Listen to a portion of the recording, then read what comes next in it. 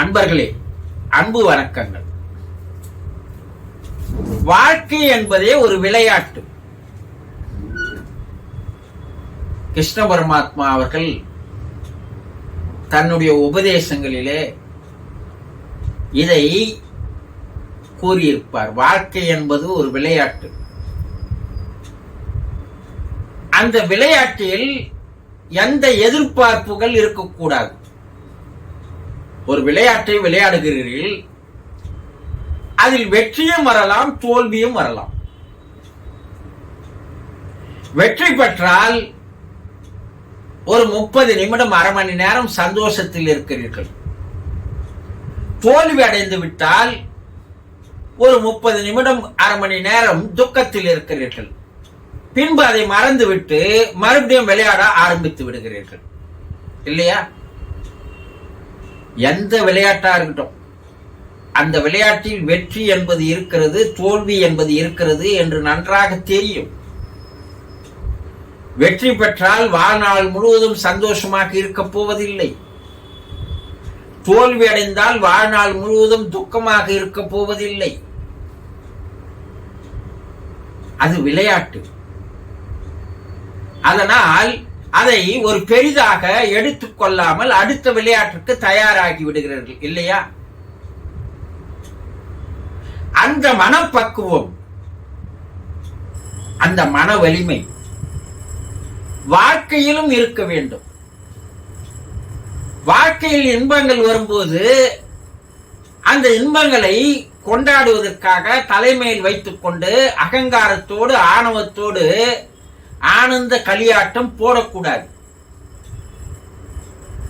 வாழ்க்கையில் துக்கங்கள், துயரங்கள் ஏற்படும் போது அதிலேயே மூழ்கி அதிலேயே மாட்டி தத்தளிக்கவும் கூடாது.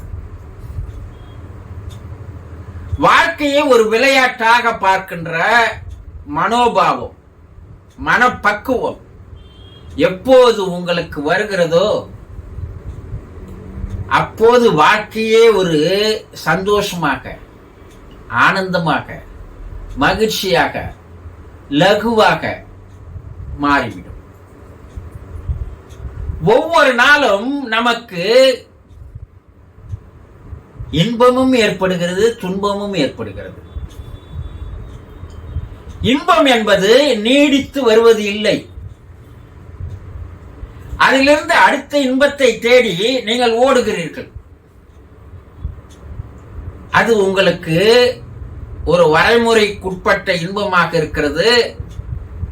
வரைமுறை இல்லாத இன்பத்தை தேடி இன்பத்திலிருந்து பேரின்பத்தை நோக்கி ஓட ஆரம்பிக்கிறீர்கள்.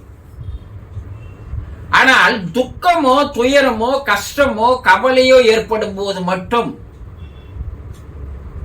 அதிலிருந்து வெளிவர முடியாமல் அதிலேயே தத்தளித்துக் கொண்டிருப்பதுதான் வாழ்க்கை என்று நினைத்துக் கொண்டிருக்கிறீர்கள். இதனால்தான் வாழ்க்கையே ஒரு நரகமாக மாறிவிடுகிறது என்று பேசுகிறார்கள், இல்லையா? என்னால் என்னுடைய கஷ்டத்திலிருந்து வெளிவர முடியவில்லை, எனக்கு மேலும் மேலும் மேலும் கஷ்டம் வந்து கொண்டே இருக்கிறது என்று கூறுகிறார்கள், இல்லையா? எதின் மீது உங்களுடைய மனதினுடைய ஈர்ப்பு அதிகமாக இருக்கிறதோ, எதன் மீது உங்களுடைய மனம் அதிகமாக நாட்டம் கொள்கிறதோ, எதன் மீது உங்கள் மனம் அதிகமாக நினைத்துக் கொண்டே இருக்கிறது, எண்ணிக்கொண்டே இருக்கிறதோ, அதுதான் அதிகமாக உங்களிடம் ஓடி தேடி வந்து சேரும். கஷ்டத்தையே நினைத்துக் கொண்டிருந்தால் கஷ்டம்தான் அதிகமாக வரும். துன்பத்தையே நினைத்துக் கொண்டிருந்தால் துன்பம் தான் வரிசை கட்டி வந்து நிற்கும்.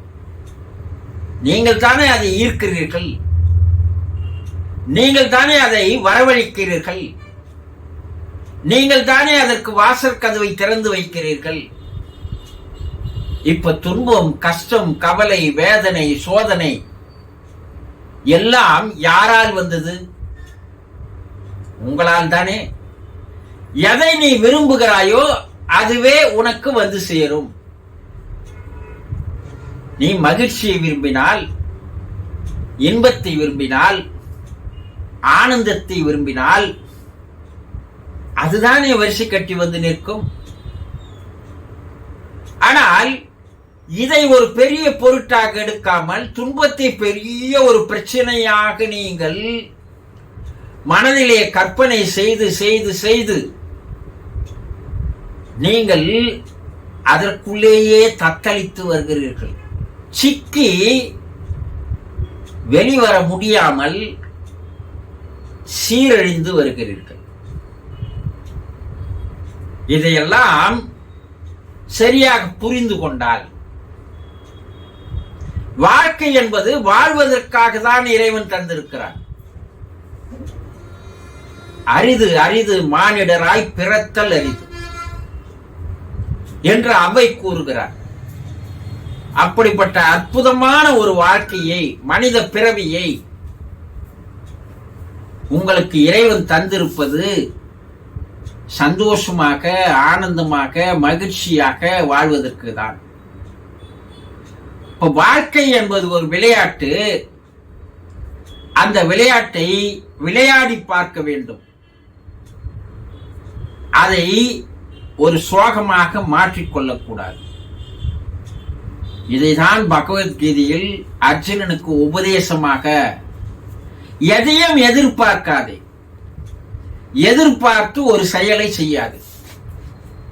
அது உனக்கு கிடைக்கவில்லை என்றால் அது துக்கமாக, வேதனையாக உனக்கு மாறிவிடும். எது வந்தாலும் பரவாயில்லை, நடந்தது நன்மைக்கு, நடப்பது நன்மைக்கு, நடக்க போவது நன்மைக்கு.